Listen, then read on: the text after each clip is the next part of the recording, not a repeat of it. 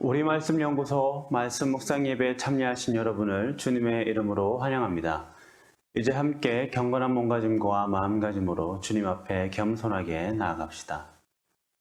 이 닦아둔 것 외에 능히 다른 터를 닦아둘 자가 없으니 이 터는 곧 예수 그리스도라. 하나님은 영이시니 예배하는 자가 영과 진리로 예배할지니라. 아멘.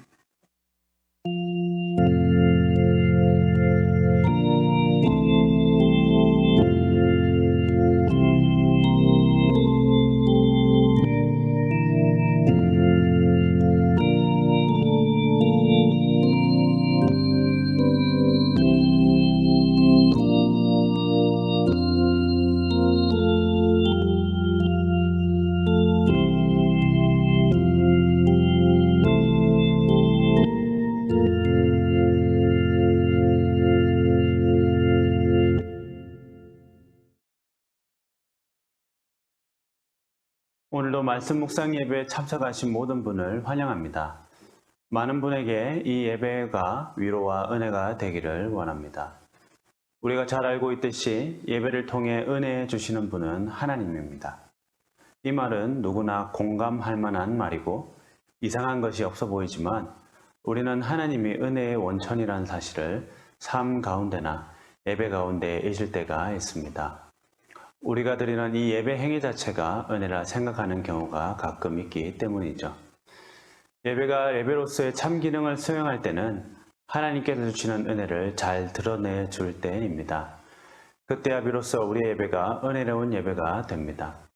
그렇기 때문에 하나님 없는 예배는 있을 수가 없습니다. 바울도 고린도 교회의 은혜와 교회 사이의 관계를 잘 말하고 있습니다. 고린도 교회는 열정적인 성도들이 참 많이 모인 곳이었지만 참된 교회의 모습을 보여주지는 못했습니다. 왜 그렇습니까? 그들의 교회에는 주님이 없었기 때문입니다. 성령의 은사를 많이 체험하는 사람이 모였다고 해서 그 교회가 필연적으로 하나님이 다스리는 교회가 되는 것은 아닙니다. 교회의 주인이신 그리스도가 참 주인이 되었을 때에 교회는 재기능을 하고 은혜로운 예배를 드릴 수 있습니다. 나의 신앙의 연륜이 뛰어나다고 해서 또는 내가 뛰어난 열정을 가진 사람이라고 해서 오늘 우리의 예배가 은혜로운 예배가 되는 것이 아닙니다. 오직 이 예배를 통해 은혜를 주시는 분은 내가 아니라 하나님이라는 생각을 갖고 예배에 임할 때 우리의 예배는 은혜로운 예배가 될 것입니다. 말씀으로 들어가는 지금 우리의 예배의 주인이 그분이 되기를 간절히 소원하며 하나님의 은혜를 구합니다.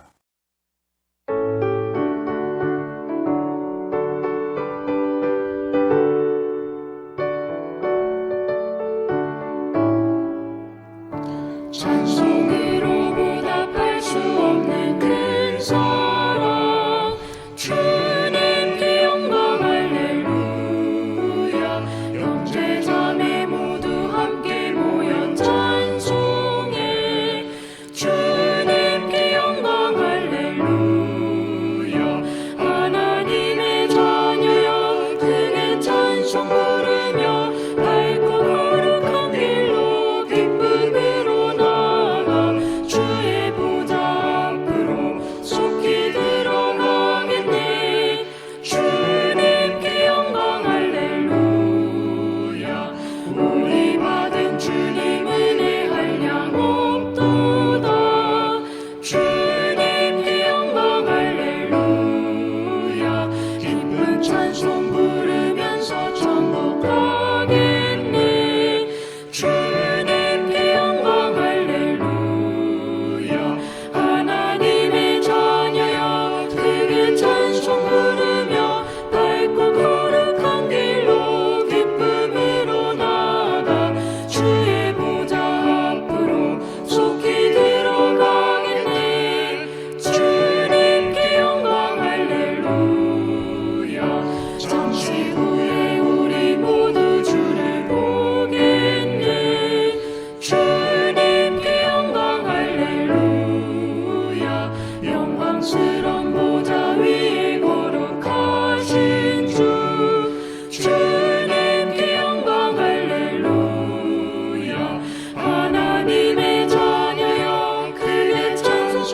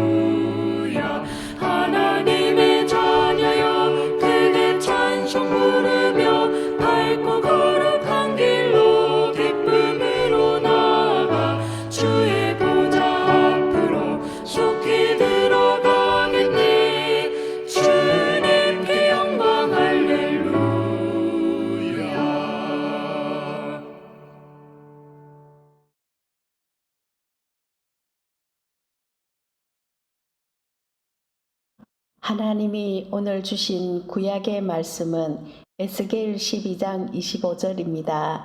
이제 받들어 있습니다. 하나님의 말씀을 귀 기울여 들으십시오. 나는 여호와라. 내가 말하리니 내가 하는 말이 다시는 더디지 아니하고 응하리라. 반역하는 족속이여, 내가 너희 생전에 말하고 이루리라. 나 주 여호와의 말이니라 하셨다 하라. 하나님이 오늘 우리에게 주신 신약의 말씀은 고린도전서 4장 20절입니다. 이제 받들어 있습니다. 하나님의 말씀을 귀 기울여 들으십시오.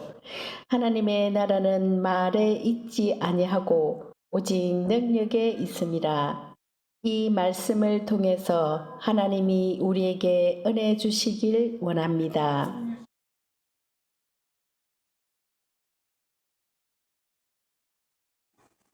오늘은 종교개혁 504주년이 되는 날입니다. 개신교회의 가장 자랑스러운 전통은 무엇이라고 생각하십니까?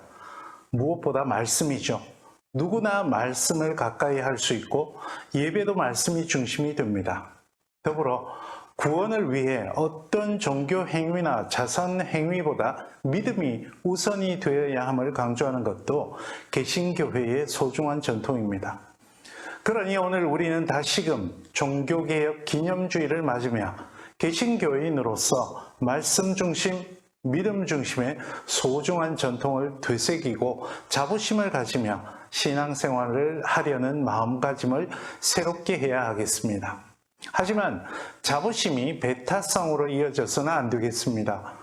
우리만 최고라는 배타성은 자칫 교만과 다른 이들을 향한 공격성으로 드러날 수 있기 때문입니다. 교만은 우리 자신의 유한성에 눈을 감게 만듭니다. 그리고 미완의 신앙을 완성 단계로 착각하게 만들죠. 사실 이것은 한국 개신교회가 깊이 성찰해야 할 문제라고 여깁니다. 더불어 집단적 배타주의 때문에 소외되거나 배제되는 사람들이 있어서도 안 될 것입니다. 그래서 겸손히 포용하려는 신앙인의 모습도 오늘 종교개혁 기념주일 우리 개신교인들이 되찾아야 할 모습이라고 여깁니다. 오늘 구약 에스겔서의 본문에서 우리 주님은 말씀의 능력을 강조하십니다.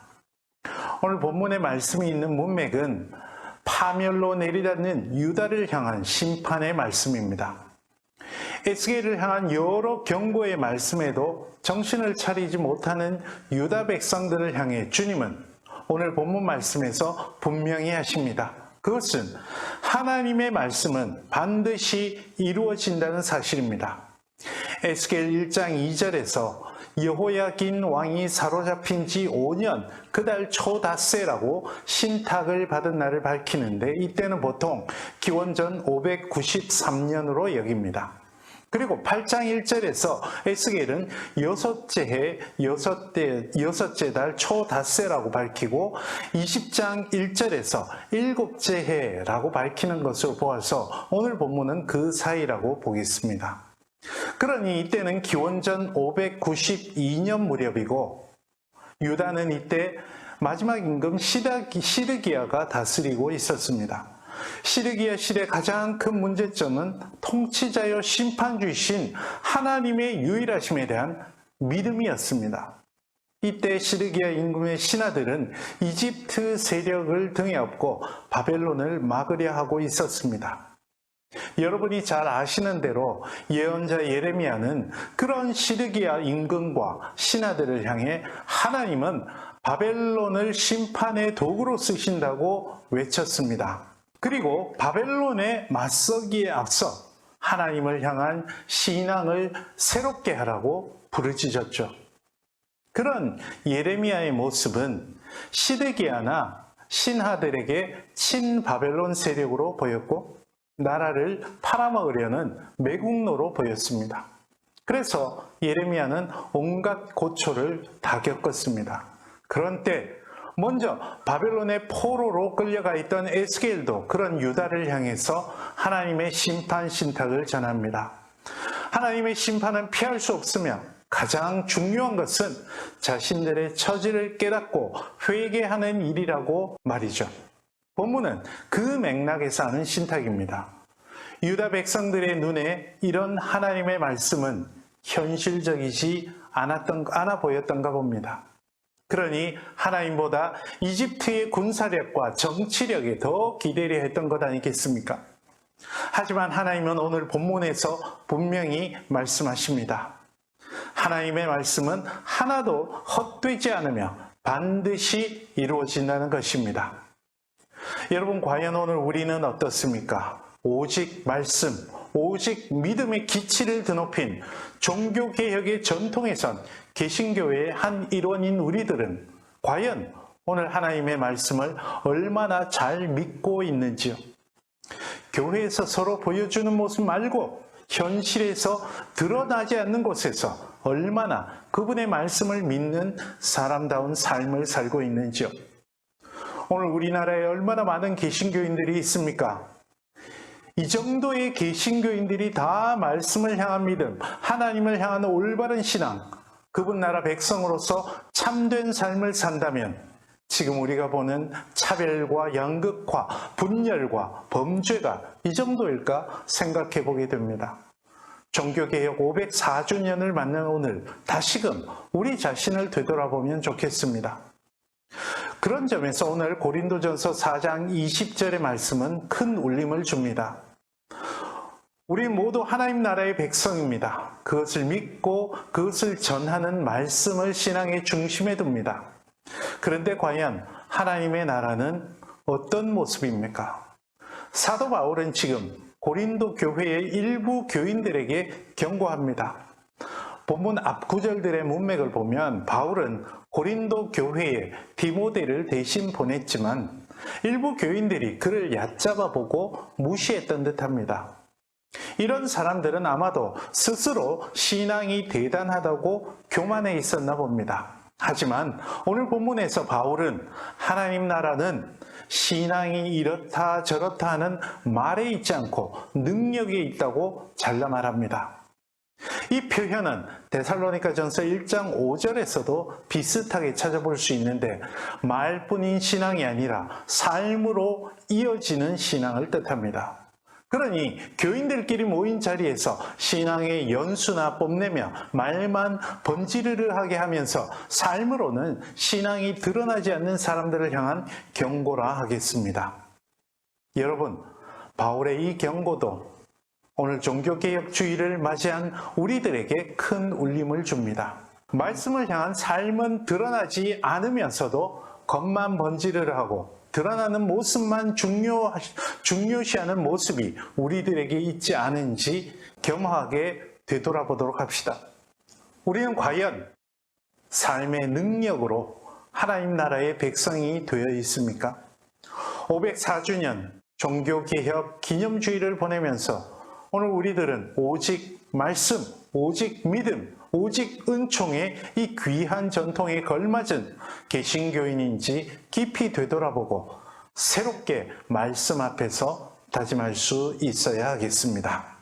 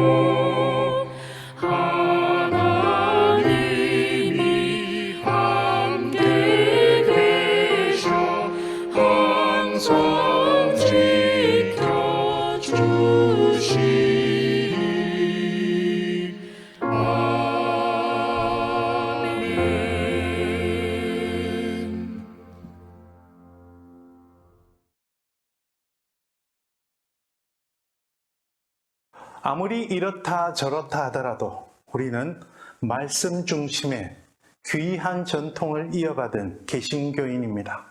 이 귀한 전통, 말씀 중심, 믿음 중심, 은총 중심의 이 귀한 개신교의 전통을 우리의 삶에서 드러내고 이어나가는 개신교인이 되려는 마음을 새롭게 하면 좋겠습니다. 기도하십시다. 주 예수 그리스도의 은혜와 하나님 아버지의 사랑하심과 성령님의 교제케 하심이 이 자리에 머리 숙인 주님의 사랑하시는 백성들과 그 삶 가운데 지금부터 영원토록 함께 하시기를 간절히 축원하옵나이다. 아멘.